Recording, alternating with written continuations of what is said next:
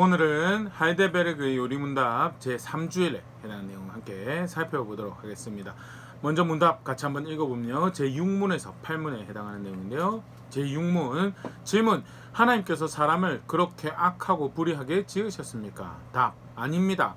하나님께서는 인간을 선하게 자신의 형상을 따라 의롭고 거룩하게 창조하셨습니다. 이는 사람이 창조주 하나님을 바르게 알며 마음을 다해 그분을 사랑하고 하나님과 함께 영원한 행복 속에 살며 그분을 영화롭게 하고 찬송하게 하기 위해서였습니다. 본래 창조된 사람의 모습에서 간략하게 요약하여 소개하고 있는 문답이죠. 제7문 계속 보겠습니다. 질문: 그러면 사람의 타락한 본성은 어디에서 왔습니까? 답: 그것은 우리의 첫 조상 아담과 하와가 낙원에서 타락하여 불순종한 일에서 왔습니다. 그 결과 우리의 본성이 너무나 오염되어 우리는 모두 죄에서 잉태되고 태어나게 됩니다. 그렇다면 문제는 어디서부터 왔는가에 대한 간략한 요약이고요. 제8문 질문: 그렇다면 우리는 너무 오염되어 어떠한 선도 행할 수 없고 오직 모든 악을 향해 기울어져 있습니까? 답: 정말 그렇습니다. 우리가 하나님의 영으로 거듭나지 않는 한 그렇습니다. 이제 현재적 상태에 대해서 이제 정리하고 있는 그런 문답인데요. 지난 시간에 이어서 계속 이제 관련된 주제에 대해서 함께 생각을 해보도록 하겠습니다. 지난 시간에 문답에서 우리의 죄의 비참함에 대해서, 죄와 그 결과로 인한 비참함에 대해서 어디에서 알 수 있는가라고 할 때 하나님 말씀에서 알 수 있다. 근데 우리 지난 시간에 살펴봤지만 하나님 말씀이 하는 기능, 첫 번째 선과 악의 기준이 명확하게 무엇이 선인지 무엇이 악인지 규정하죠. 더불어서 그것을 통해서 선한 것을 선택할 수 있도록 이것이 선한 것이니 이걸 추구하는 삶을 살아라라고 격려하고 그것을 북돋는 도전하는 그런 기능을 하고 있는데, 정작 선과 악을 규정하다 보니까 어떤 일이 발생하는가? 그 앞에 선하지 않는 사람의 모습, 우리의 모습이 등장하다라는, 그렇다고 한다면 선을 격려를 한다라고 할 때 실제로 사실은 악한 길에서 벗어나서 선을 행한 충분한 의지와 동기를 가지고 있던가? 사람이 그렇지 않더라는 성경에서 분명히 가르치고 있는 바죠. 죄가 죄라고 하는데 그것을 지속적으로 기뻐하고 즐거워하는 상태가 사람에게 있음에 대해서 사도 바울이 로마 7장에서도 분명히 확인하는데 그게 우리의 모습이고, 결국 그래서 선과 악을 규정하고 선을 격려를 하며 악을 지향할 것에 대해서 격려하고 도전하며 그 기준을 명확하게 하기 때문에 은혜로 이끄시는 하나님의 말씀이 사람에게 와서는 비참함을 더욱 드러내고 확인하는 도구가 되더라는 거. 율법이 문제가 있어서가 아니고 사람이 문제가 있어서. 그러면 이제 그 다음에 성경에서 가르치는 바죠. 그러면 이 사람의 문제는 어디서부터 비롯된, 처음부터 그럼 그렇게 만들어진 거냐? 아니다라는 거죠. 여러 가지 성경에 사람이 아름답게 만들어진 모습에서 이렇게 표현을 하고 있는데, 먼저는요, 창세기 1장 31절 하나님이 지으신 그 모든 것을 보시니 보시기에 심히 좋았더라. 저녁이 되고 아침이 되니 이는 여섯째 날이니라면서 사람을 짓고 나머지 창조를 마무리한 그 단계에 이르러 하나님께서 만들어진 사람과 그 기타 환경을 볼 때 뭐라고 하니? 심히 좋았더라. 여기 좋았다는 표현이 선하다라고 번역되기도 하는 토브라는 이 말씀인데요. 이것은 창조 세계뿐만 아니라 그 안에는 사람에 대한 말씀이기도 하죠. 사람이 어떻게 창조된 하나님 보시기에 심히 좋게 만들어졌다라는, 그럼 이 좋다라는 표현이 사실 굉장히 풍성한 의미를 담고 있는데요. 첫 번째, 전도서 7장 14절 형통한 날에는 기뻐하고 공고한 날에는 돌아보라. 이 두 가지를 하나님이 병행하게 하사 사람이 그 장래일을 능히 헤아려 알지 못하게 하셨느니라. 형통한 날에는 기뻐하라. 여기 사실은 형통도 토브라는, 지금 우리 삶에 심히 좋았다는 좋다라는 표현이 사용되어 있고요. 기뻐하다는 것도 토브라는 단어가, 그러니까 토브한 날에 토브하라라고 이야기합니다. 행복한 날에, 형통한 날에 기뻐하라는 것을 이 토브라는 단어로, 그러니까 쉽게 말해서 만들어진 세상이 사람이 토브라고 표현되는 그 누앙스는 기뻐할 만하고 행복할 만한, 형통하다라는 그런 대상이 되어진 것이 하나님 처음 만드신 사람의 모습이다라는. 더불어서 또 이 토브라는 것이 어떤 의미를 가지고 있는데, 신명기 6장 10절 너의 하나님 여호와께서 너의 조상 아브라함과 이삭과 야곱을 향하여 너에게 주리라 맹세하신 땅으로 너를 들어가게 하시고 네가 건축하지 아니한 크고 아름다운 성을 얻게 하시리라. 크고 아름다운 성, 사랑스러운 도시를 얻게 할 것이다 라고 할 때 여기 사랑스러운 또는 아름다운 이란 표현이 톱으로 표현된 거고요. 그 의미를 사람의 창조에 가져와서 보면 심히 좋았다는 말은 기뻐할 만한 행복할 만하다라는 표현도 되지만 아름답다 사랑스럽다는 그런 의미도 가지고 있다는 것. 더불어서 예레미야 2장 7절 내가 너희를 기름진 땅에 인도하여 그것의 열매와 그것의 아름다운 것을 먹게 하였거늘 너희가 이리 들어와서는 내 땅을 더럽히고 내 기업을 역겨운 것으로 만들었으며 하나님께서 인도해 주신 땅에서 열매를 얻고 그 다음에 그것의 아름다운 것을 먹게 하는데 이 아름다운 것이 한국말로 볼 때 좀 그 퀄리티를 여기 이제 톱이라는 단어가 사용됐거든요. 근데 퀄리티를 질을 이야기하는 것 같은데 영역본을 보면 리치, 바운티라고 그렇게 표현을 합니다. 그러니까 쉽게 말해서 풍성한 것, 그것의 열매를 먹는데 단순히 낱개를 몇 개 취했다 정도가 아니고 그 열매를 풍성히 주시는 하나님의 은혜를 지칭하는 표현으로 사용되고. 창조세계가 풍성한 열매를 만드는 세계이기도 하지만요, 만들어진 사람이 하나님 보시기에 풍성한 열매를 맺는 그런 상태, 그런 존재인 것에 대해서 암시하는 표현이 토부하게 만들어졌다, 선하게 만들어졌다, 좋게 아름답게 행복하게 만들어졌다는 표현이다는.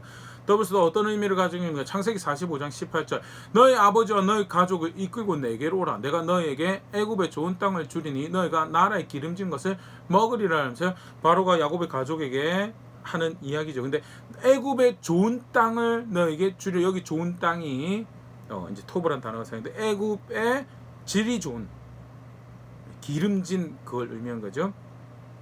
뒤에 나오는 너희가 나라의 기름진 것을 먹는다. 여긴 진짜 기름이란 단어가 사용되었다면요. 앞에 좋다라는 그 토브가 아니죠. 질 좋은 땅을 너희에게 주어서 너희가 그 풍성함을 그 열매를 먹게 하겠다, 누리게 하겠다라는 표현에서 좋은 땅을 의미하는 거고요. 쉽게 말해서 만들어진 세상이 그렇게 질 좋게 만들어진 세상이고 만들어진 사람이 어떤 사람이었는가? 악하게 비참하게 저주 가운데 살도록 만들어진 존재가 아니고 질 좋게 만들어진 존재였다. 그게 성경에서 밝혀있는 분명한 바죠. 더불어서 미가서 6장 8절 사람아 주께서 선한 것이 무엇임을 너에게 보이셨나니 여호와께서 너에게 구하시는 것은 오직 정의를 행하며 인자를 사랑하며 겸손하게 너의 하나님과 함께 행하는 것이 아니냐. 사람아 주께서 토부한 것이 무엇인지, 무엇이 토부한 것인지 너에게 분명히 보이셨다. 무엇이 옳은 것인지 너에게 분명히 보이셨다라는 그런 말이죠. 토브라는 거요, 옳다라는 겁니다. 바른 것을 한 가능성과 충분한 그런 능력을 가지고 있는 상태에 대해서 옳다라고 바르게 존재하고 있구나라는 것을 의미하는 표현이에요. 사람 만들어진 세상이 만들어진 사람이 그런 존재, 전혀 죄와 그 비참함과는 거리가 먼 상태에서 만들어졌다는 첫 번째 모습이요, 선하게 토부하게 만들어졌다. 두 번째 어떤 존재로 만들어졌는가? 창세기 1장 28절 하나님이 그들에게 복 주시며 하나님이 그들에게 이르시되 생육하고 번성하여 땅을 충만하라. 땅을 정복하라. 바다의 물고기와 하늘의 새와 땅에 움직이는 모든 생물을 다스리라 하시니라. 복을 주시며 말씀하셨다로 복받기에 합당한 존재로 여겨진 것이 누구냐? 사람이다라는. 하나님 보시기에 복받기에 합당한 존재, 죄책을 감당하고 비참함의 거리가 먼 우리의 출발은, 사람의 출발은 그러한 존재로 하나님께서 만드셨다라는 거에 대해서 분명히 기억해야 되죠. 더불어서 어떻게 그런 종합적인 모습이죠. 창세기 1장 26절 하나님이 이르시되 우리의 형상을 따라 우리의 모양대로 우리가 사람을 만들고 그들로 바다의 물고기와 하늘의 새와 가축과 온 땅과 땅에 기는 모든 것을 다스리게 하자 하시고 하나님 형상으로 만들어지. 그래서 하나님 만드신 세상의 주인이신 하나님의 뜻을 펼쳐내고 그가 어떤 분이 나타낼 그 대표적인 레프레젠터티브로 누가 선택되었는가? 사람이 선택. 그래서 하나님의 어떠하심이 나타나는 그런 존재로 만들어 흠없고 거룩하고 선하고 의롭고 바르고 기뻐할 만하고 옳은 그런 존재로 만들어, 제일 좋은 존재로 만들어진 것이 사람이다. 그래서 사람의 출발은 죄와 그 비참함, 그 죄책에서, 저주에서 먼 존재로. 그러면 도대체 이것이 어디서부터 왔는가? 성경도 분명히 밝히고 있죠. 모든 인류의 시초였죠. 대표였던 아담에게서 비롯되었다는. 하나님께서 처음 사람을 아담이라는 사람인데요, 만드시고 난 다음에 에덴이라는 특별한 아름다운 장소를 만드셔서 거기서 살고 누리게 하십니다. 창세기 2장 15절 17절. 근데 그 장소에 룰이 있었어요. 그 룰은 창세기 2장 15절 여호와 하나님이 그 사람을 이끌어 에덴 동산에 두어 그것을 경작하며 지키게 하시고 여호와 하나님이 그 사람에게 명하여 이르시되 동산 각종 나무의 열매는 네가 임의로 먹되 선악을 알게 하는 나무의 열매는 먹지 말라. 네가 먹는 날에는 반드시 죽으리라 하시니라. 에덴의 모든 풍성한 것은 그 열매를 임의로 누릴 수 있도록 하셨다는, 자기가 원하는 대로 즐길 수, 얼마나 감사한 일이에요. 그렇게 선한 존재, 토부한 존재로 만들어졌다는 것 참 감사한 일인데, 그 가운데 토부한 세상을 누리고 즐거워할 수 있는 그런 자리로 인도하셨다라는 것. 그런데 룰이 있죠. 17절 선악을 알게 하는 나무의 열매를 먹지 말라라는 것. 그 하나. 근데 사실은 이 룰이 존재한다는 것이요, 아담이 주인이 아닌 거예요. 자기가 주인 같은 세상, 임의로 먹고 마시고 자기 마음대로 할 수 있는 세상, 그리고 자기가 다스리는 세상이에요. 자기가 주인인 것 같은데 정작 자기가 주인이 아닌 거예요. 누가 주인이에요? 만드신 주인이 계시고, 그러기에 그를 존중하는, 그의 뜻을 존중하는, 그가 만드신 모든 질서를 존중하는 삶을 살아가는 모습이 뭐냐? 선악을 알겠는 나무의 열매를 먹지 말라로 그 뜻을, 그 말씀을 따르는 거죠. 너무 가혹한 걸 가혹하지 않았어요. 절대 가혹하지 않았어요. 금하신 것이 하나 있다라는 것은요, 풍성한 모든 것 누리는 가운데 즐거워하며 살아가는 기쁨이 가득한 그런 삶을 허락하신 것, 그 가운데 하나님을 존중하는 원칙 가운데 있으라라는 것을 분명히 보여주는 말씀이죠. 그런데 어떻게 하느냐? 사실은 이제 사람 자체로 타락하지 않고 미혹이 있었다라고 성경은 이야기합니다. 창세기 3장 1절 그런데 뱀은 여호와 하나님이 지으신 들짐승 중에 가장 강교하니라.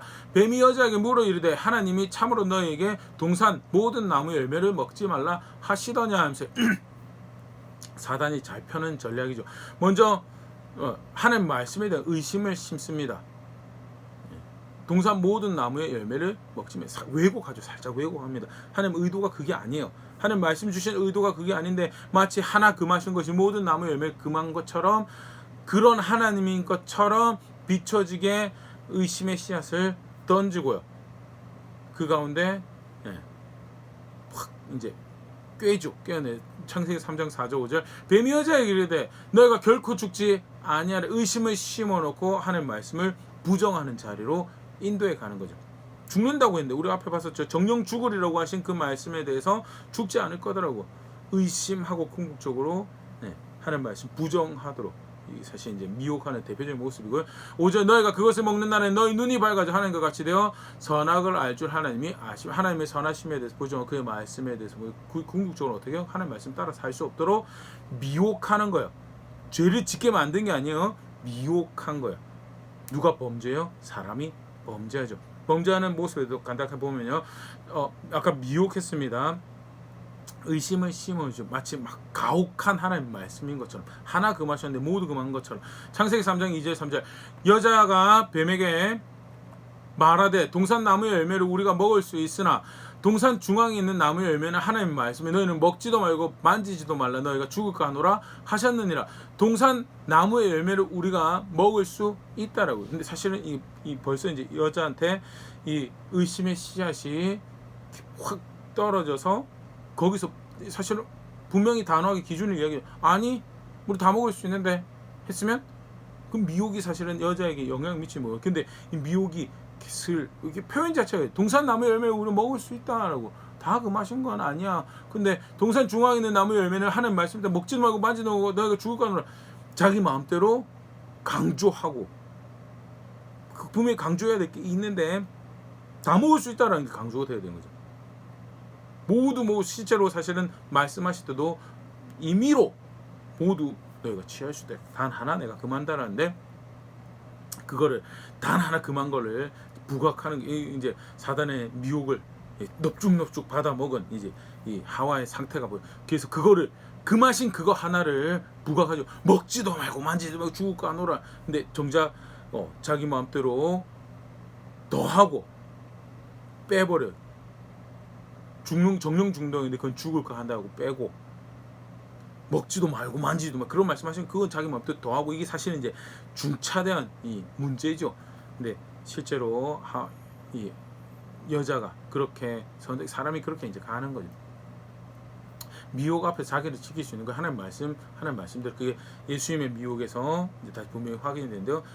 하와는 사실 그렇지 이 여자는 그렇지 못했다라는 것 보일 수 있으면 좋을 것 같고요. 계속해서 보겠습니다. 그렇게 해서 부인을 아주 정령 죽였다라고 하는 것을 아니다 결코 그런 일이 벌어지지 않을 것이다라고 하면서 창세기 3장 6절 여자가 그 나무를 본즉 먹음직도 하고 보암직도 하고 지혜롭게 할 만큼 탐스럽기도 한 나무인지라 여자가 그 열매를 따먹고 자기와 함께 있는 남편에게 주매 그도 먹은지라.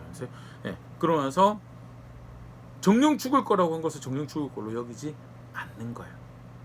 그렇게 보지 않고 그렇게 느끼고 그렇게 생각하고 실제로 그런 선택을 만드는 미혹에 넘어가서 범죄하는 이 여자의 모습. 사실은 사람이 교회가 성도가 사단의 미혹에 넘어가는 이 모습을 여지없이 잘 보여주죠. 하는 말씀을 자기 마음대로 더하거나 빼거나 분명하게 알고 있지 않으면 발생할 수 있는 일이고, 두 번째는 그 가운데 품지 말아야 될 생각을 품고 품지 말아야 될 마음을 품고 그리고 범죄해버리더라. 궁극적으로 하나님께서 아담의 범죄에 대해서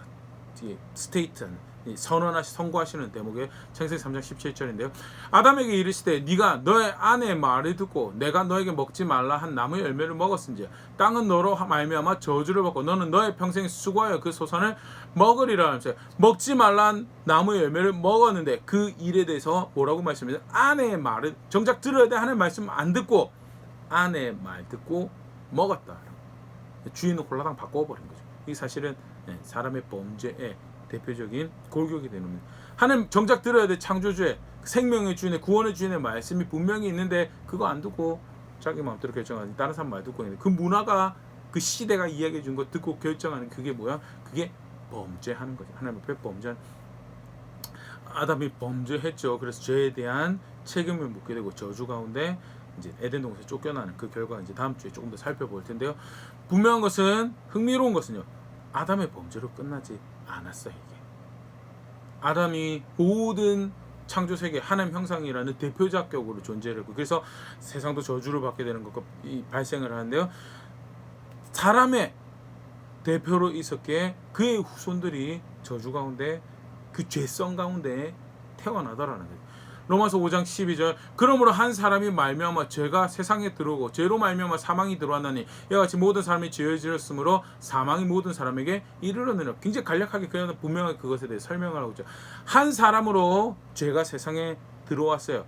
근데 그 죄로 말미암아 죽음이 선언되었죠. 모든 사람이 죄를 지어서 모든 사람에게 그 사망이 이르고 한 사람으로 인해서 세상에 죄가 들어와 모든 인류에게 죄가 미쳐지고 그 죄로 모든 사람에게 사망이 미쳐지게 된 거에 대해서 여실히 그 결과가 드러나는 것이요. 그 아담과 하와는 단순히 과일 따먹지 말라 그 말씀 어떻게 보면 사실은 굉장히 죄의 경중으로 치면 좀 그래도 가벼운 거 물론 하나님 말씀을 어긴 거에 대해서는요 할 말이 없습니다. 우리 마음대로 경중을 이야기하는 거지. 근데 이제 간단하게 이제 얼마나 이 죄가 인류 가운데 자라게 되는 그 모습에서 상대적으로 그 아들이었던 가인과 아벨의 모습에 비하면요. 가인이 특별히 저질렀던 범죄에 비하면 사실 과일 하나 따먹는 건 어떻게 보면 문제도 아닌 것 같은데 아담이 저질러 문제에 의해서 그 죄성이 그에 의해서 모든 세상에 미쳐지게 된 것이 그 저주가 미쳐지게 된 것이 그 아들 때 바로 드러나게 됩니다. 가인이 동생에 대해서 분을 품게 됩니다. 근데 하나님께서 분명히 말씀해 창세기 4장 7절 네가 선을 행하며 어찌 낫을 들지 못하겠느냐 선을 행하지 아니하면 죄가 문에 엎드려 있느니라 죄가 너를 원하는 너는 죄를 다스릴지니라. 분명히 경고하십니다. 그 분이 죄가 될 거다라고 죄가 문 앞에 서서 너의 부모님 죄 지어서 에덴 동산 쫓아내 망하게 하는 결과다라고. 그래서 절대 그렇게 하지 다스리라고. 근데 어떻게 되죠? 4장 8절 가인이 그의 아우 아벨에게 말하고 그들이 들에 있을 때 가인이 그의 아우 아벨을 쳐 죽이니라. 다스릴 생각이 없었어요. 의도를 가지고 끌어내서 죽이는 결정을 만들었고요. 과일 하나 따먹은 그러나 분명하게 창조하신 생명의 주인의 질서를 거절 그 말씀을 그 통치를 거절한 그 삶의 모습이 어떻게 되어버리느냐 자라가다 짙게 뿌리 내려서 그 어두운 그림자에 드리워진 그런 삶을 살아요. 그것은 단순히 바로 그 아들이었던 가인에게서 그 문제가 끝나는 것이 그게 이제 확장이 되어져. 그래서 시편 51편 5절에 다시 이런 고백합니다. 내가 죄악 중에서 출생하였으며 어머니가 죄 중에서 나를 잉태하였나이다. 아니, 나는 본디 그런 죄서 본디 선한데 실수를 한 게 아니고 나는 애시당초 하나님 앞에 그런 존재로 태어나서 그렇게 살아가는 그게 내 본 모습이고 그래서 나를 긍휼히 여겨달라고 날 긍휼히 여겨달라고 고백하는 것이 다윗의 고백이 바르게 이해해줘. 아담의 후예가 가지고 있는 본질적 모습이죠. 그것이 이제